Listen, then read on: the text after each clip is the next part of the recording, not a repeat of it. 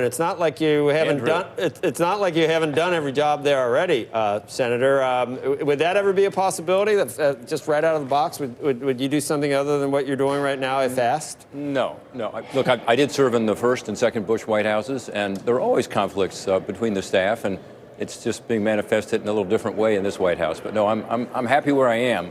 Get to serve the people of Ohio and make a difference here in the Senate. I mean, sometimes staff arguments. Yeah, sometimes I think, you know, President Trump kind of looks around and might even egg one or the other side on against it. I don't know. I don't think this is something necessarily that he tries to tamp down that much. What do you think about the trade? You just heard Larry Kudlow versus Navarro, that smackdown. What do you think is really going on with China right now, Rob? Well, I think it was a positive meeting yesterday with regard to auto tariffs, and that doesn't relate to China as much as it does Japan and the EU and Canada, Mexico. So I think we're heading in the right direction on the 232 tariffs on autos. In other words, not to put them in place. It would be a mistake for our country, be a mistake for our consumers. Over $2,000 in automobile increased cost, over $6,000, I think, for imported automobiles. And we lose a lot of jobs, probably over 600,000 jobs. So doing an arbitrary tariff of 25% based on a national security concern over minivans is not going to be good for us. Other countries will raise their tariffs. And ultimately, Joe, I think we lose that case in the WTO, by the way, and we lose the tool, which is an important tool to have in a true national security situation.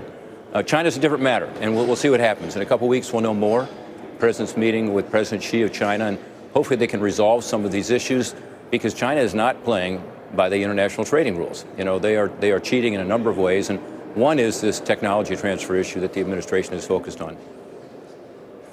The Senate changed. Flake's gone now. Mitt Romney's in. I mean, what's it like walking around there now? What's it going to be like? What's the House going to be like? What are you? Are you excited? Are you apprehensive? I mean, you must be getting used to this by now, I guess. But no, what a look, circus. I'm I mean, that's why it's optimistic. called the circus on that show, right? Exactly. No, it's nice to have Mitt Romney here, by the way. We're meeting later today, and here he is now, a United States Senator. We've added a couple of seats, maybe as many as 4. We'll see what happens with all these recounts. What is going to happen?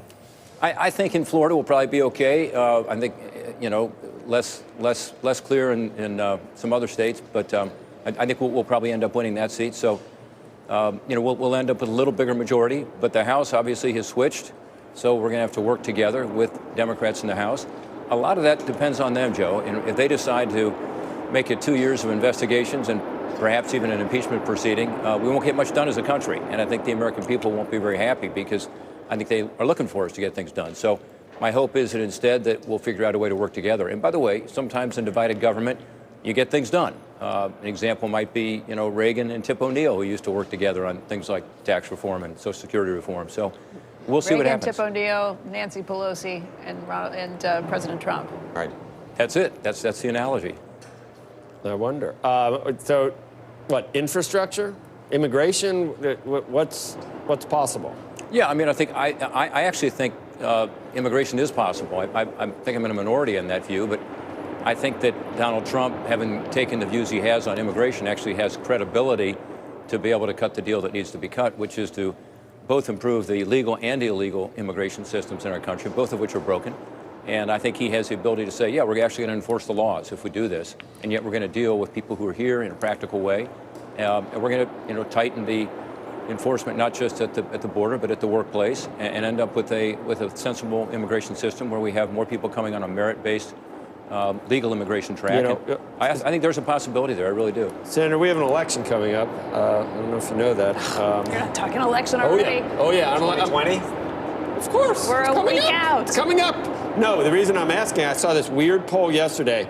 We've seen some polls where President Trump has a really high Republican approval rating behind him, but I saw this weird poll yesterday that a majority of Republicans won a primary challenge to the president. Did you see that poll? And what's behind that? I did not. You know, I think the president's approval among Republicans is very high, probably between 85 and 90%. I think some of that, Joe, is driven by good policies. I mean, the economy is really kicking in, as you guys have talked about, and it's because of good policy on regulatory reform and tax relief. It's working. Okay. But I also think some of it, frankly, is driven by the overreaction from the left to President Trump, and sort of rallying around him sometimes. So, All right. We'll see. All right, Senator, thanks. Great having you on. Great to be on with you today. guys. All right. We'll hopefully see you again soon. Senator Rob Portman from Ohio. When we come back.